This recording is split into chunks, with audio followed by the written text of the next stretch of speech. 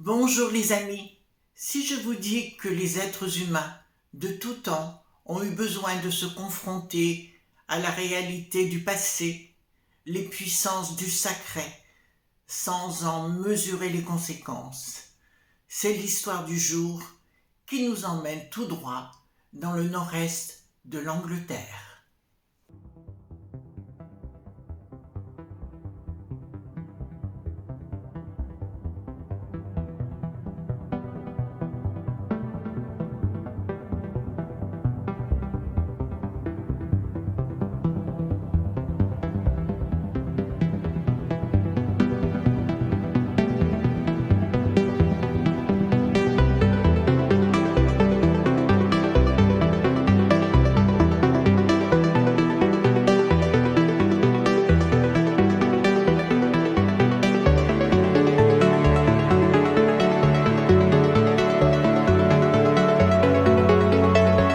Nous sommes en 2005 à Newcastle upon Tyne.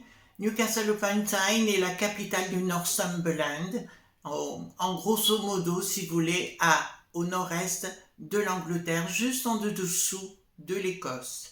Nick, un jeune garçon de 18 ans, la veille d'Halloween, en 2005, cherche à tout prix à passer une soirée mémorable et à un petit peu titiller les esprits.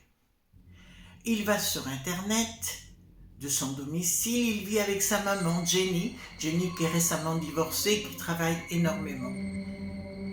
Il se met derrière son ordinateur et il tombe sur un site, plutôt un forum qui s'appelle Unexplained Research.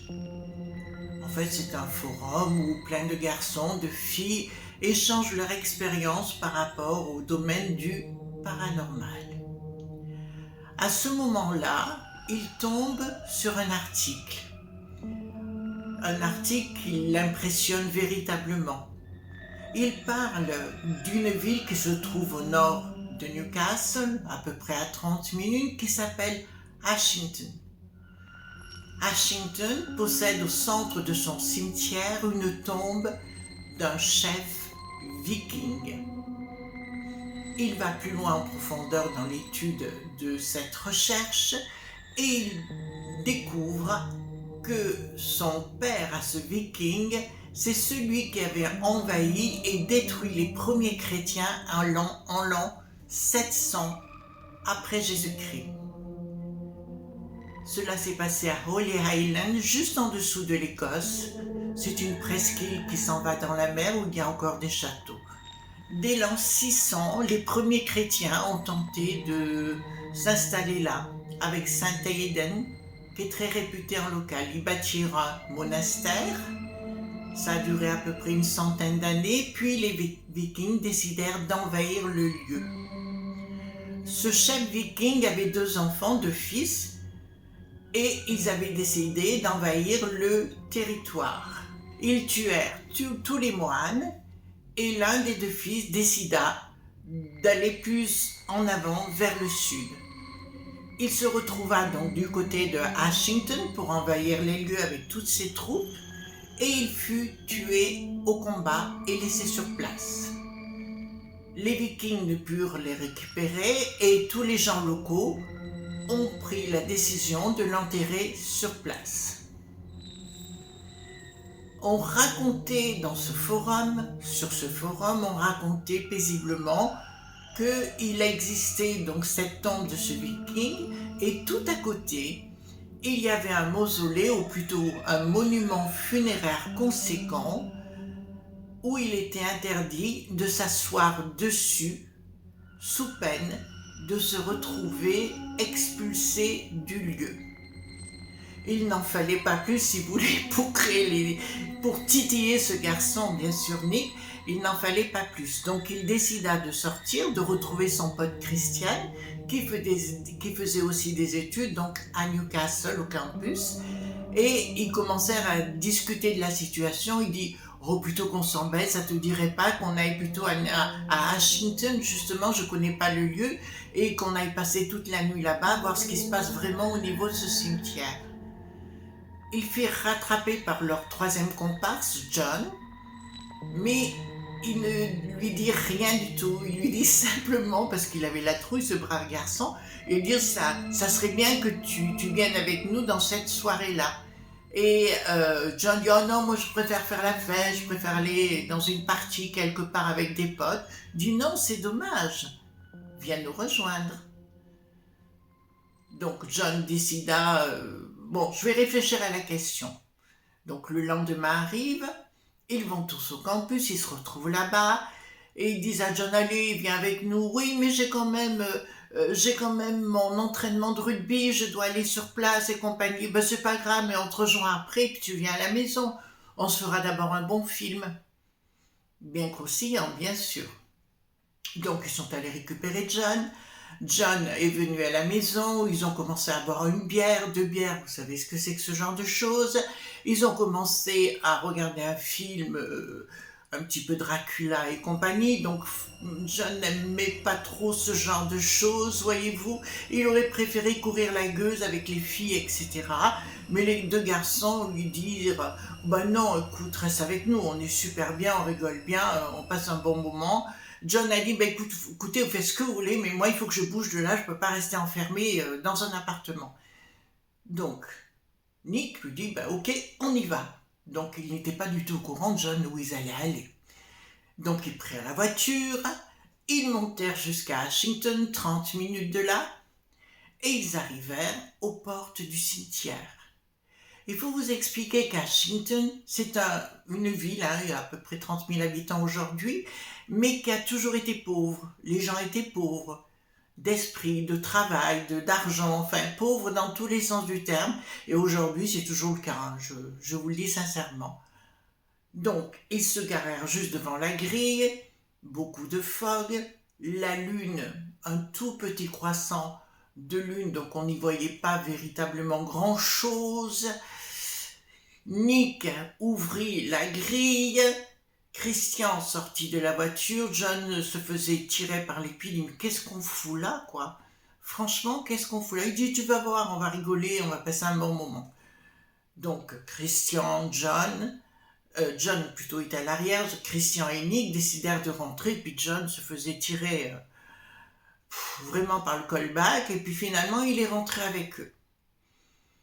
En rentrant avec eux, il les suivait loin derrière, il se dit oh là là, qu'est-ce qu'on va encore faire là? Enfin, il avait quand même un peu la trouille, hein. Il y avait un côté très chrétien dans l'âme et très catho, et il ne se voyait pas véritablement dans cet endroit, quoique il suivait ses potes. Donc ils arrivèrent au centre du cimetière, puis d'un seul coup, John, qui était légèrement en retrait, vit une tombe où il commença à regarder les dates et la personne qui était enterrée là, et d'un seul coup, il a été attrapé par le pied au plus profond de la terre. Il a senti véritablement son pied happé à l'intérieur de la terre, puis être repoussé dans le dos. À ce moment-là, il se mit à crier, ses potes lui dirent « Mais qu'est-ce qui t'arrive ?»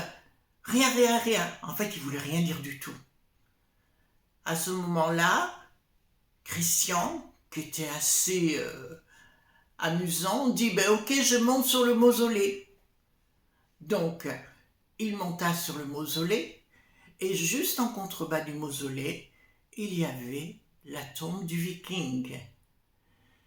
Donc, notre cher John commença à regarder la tombe du Viking, et puis d'un seul coup, Nick lui fit peur.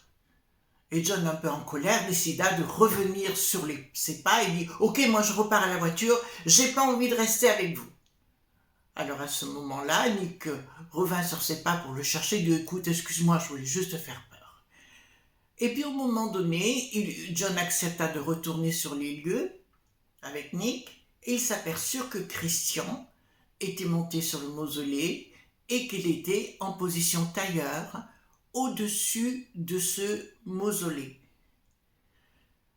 Ils lui demandèrent qu'est-ce qui se passe, qu'est-ce que tu ressens, puisque dans la légende on disait qu'un fantôme devait arriver et le repousser. À ce moment-là, les deux garçons grimpèrent sur le mausolée pour se mettre de chaque côté de Christian, puis ils commencèrent à parler de filles, ils commencèrent à parler de tas de choses, vous savez, des jeunes de 18 ans. Et à ce moment-là, Christian sentit quelque chose sous son popotin. Il y avait comme une fissure qui s'entrouvrait. Il dit, où il y a quelque chose qui se passe là.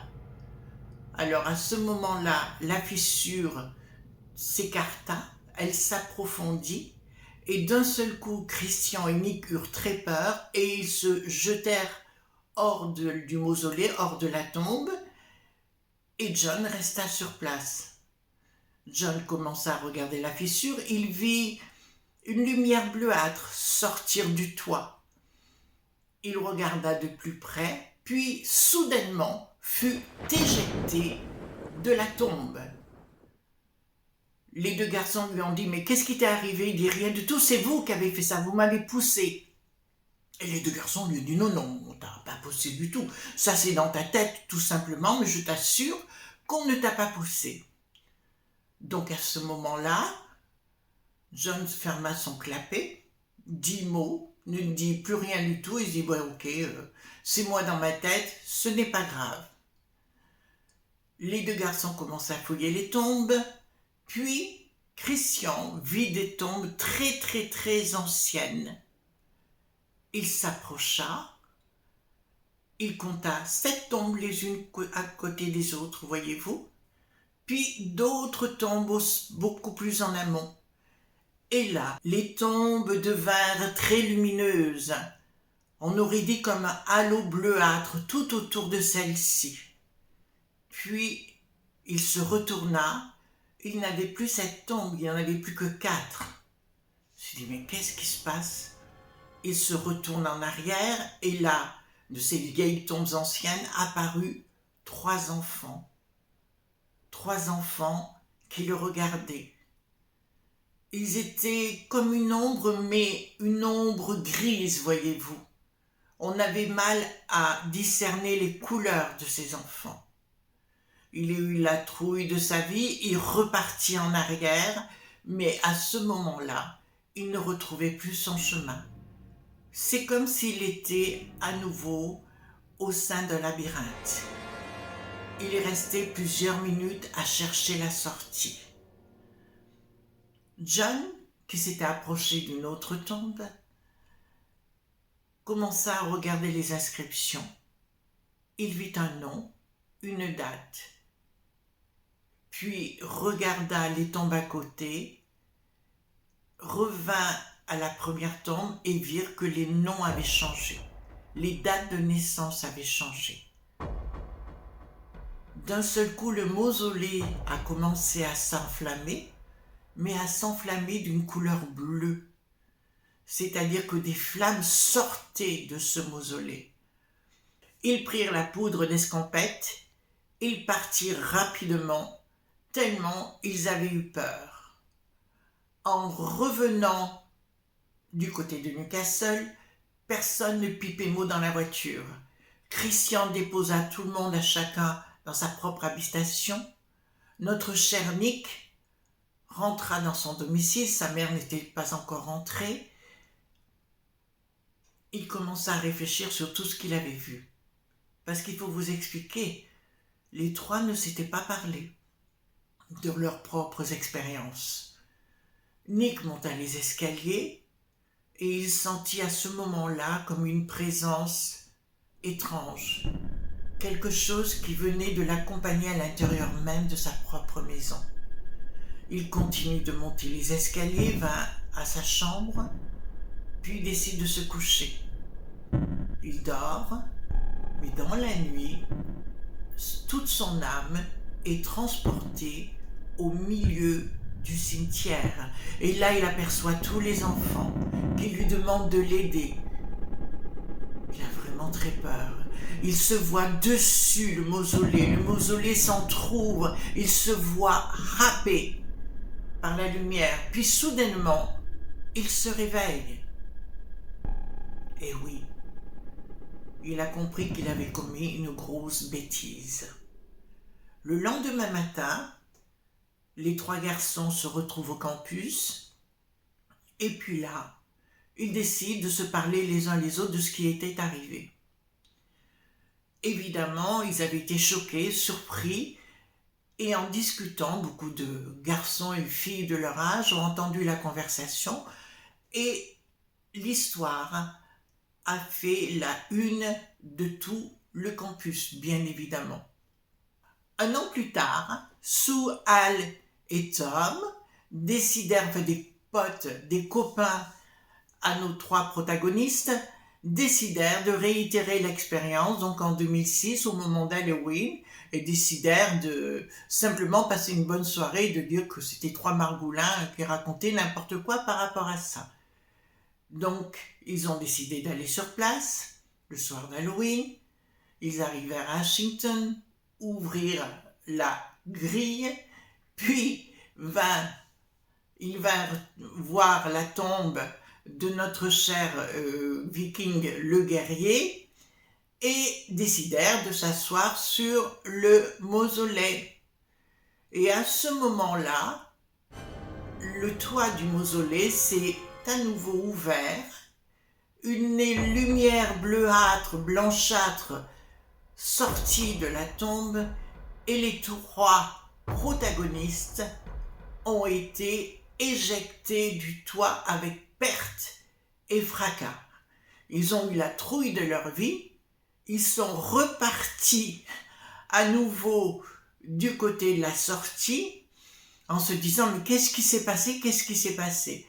Et à ce moment-là, Sue a remarqué que ses bras étaient griffés et que les 2 garçons, c'était leurs jambes qui avaient subi les foudres du passé.